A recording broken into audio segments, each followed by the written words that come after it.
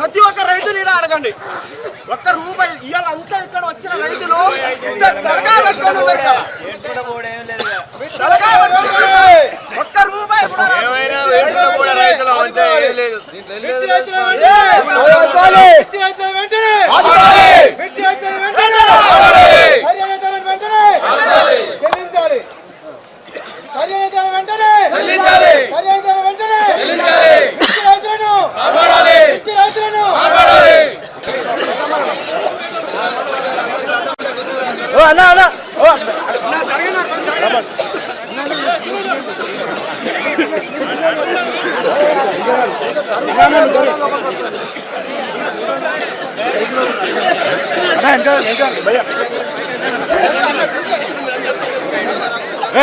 అన్నా ఇంకా ఫోటోగ్రాఫ్ కూర్చోండి అక్క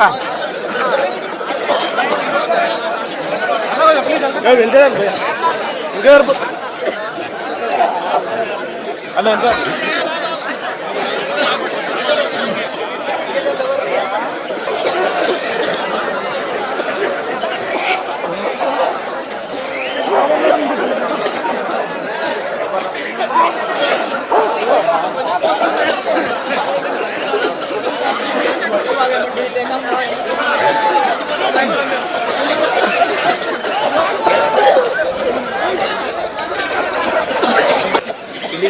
ఆంధ్రప్రదేశ్ లో కూడా మిర్చి రైతులు ఇబ్బంది పడితే మరక్కడ సీఎం చంద్రబాబు నాయుడు గారు ఉన్నాడు.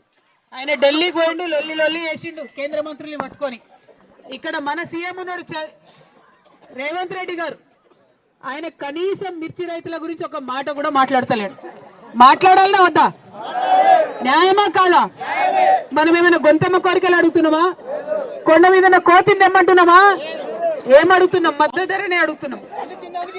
పోయిన సంవత్సరం 25,000కు అమ్మింది, ఈసారి 11,000కు పడిపోయిన పరిస్థితి ఉన్నది. దీన్ని సరి చేయాల్సినటువంటి అవసరం ఉన్నది.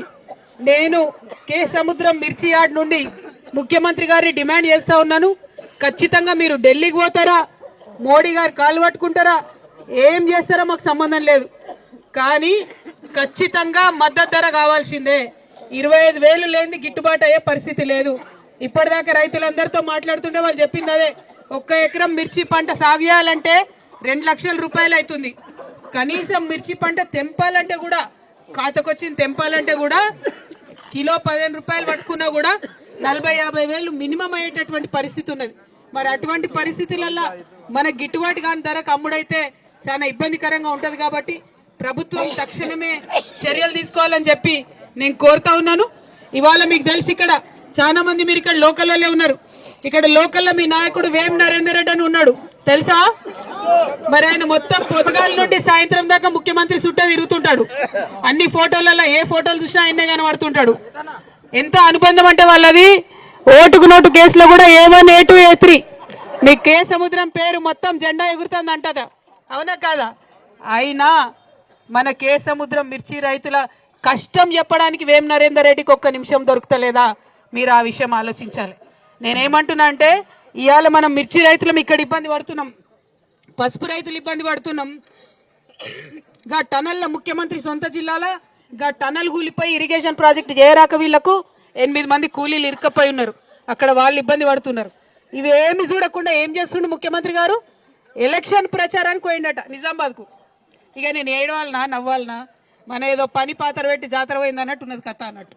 అట్లా కాకుండా ముఖ్యమంత్రి గారు నేను డిమాండ్ చేసేది ఒక్కటే, ఖచ్చితంగా ఎట్ ఎనీ కాస్ట్ మీరు ఏం చేస్తారో మాకు తెలియదు, పసుపుకు మద్దతు ధర ఇవ్వాలి, మిర్చికి మద్దతు ధర ఇవ్వాలి.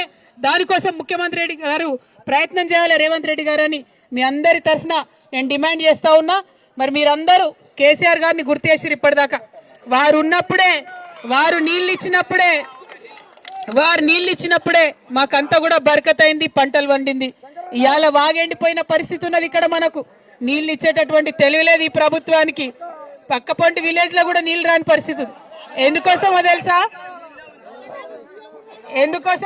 ఒక్కసారి వినాలి మీరు. కేసీఆర్ కట్టిన కాళేశ్వరం కూలిపోయిందని చెప్పడానికి నీళ్లు బంద్ పెట్టిండు ముఖ్యమంత్రి, ఉట్టిగానే కచ్చతోని కేసీఆర్ మీద. అదే పోయిన సంవత్సరం నీళ్ళు ఇయ్యక 3 లక్షల ఎకరాలు ఎండబెట్టిండు ఇక్కడ. ఈ సంవత్సరం ఏప్రిల్ 1వ వారంలో నీళ్లు ఇయ్యాలని కూడా ఈ సందర్భంగా నేను ముఖ్యమంత్రి గారిని డిమాండ్ చేస్తున్నా. రైతన్నలందరూ కూడా తెలియజేస్తున్నా, మీ తరఫున పోరాటం చేయడానికి కేసీఆర్ సైనికులు మేమందరం కూడా ఉన్నాం. మీరు రంది పెట్టుకోవద్దు, ఖచ్చితంగా పోరాటం చేద్దాం. Thank you. జై తెలంగాణ, జై తెలంగాణ, జై తెలంగాణ. రైతులేనిదే, రైతులేనిదే,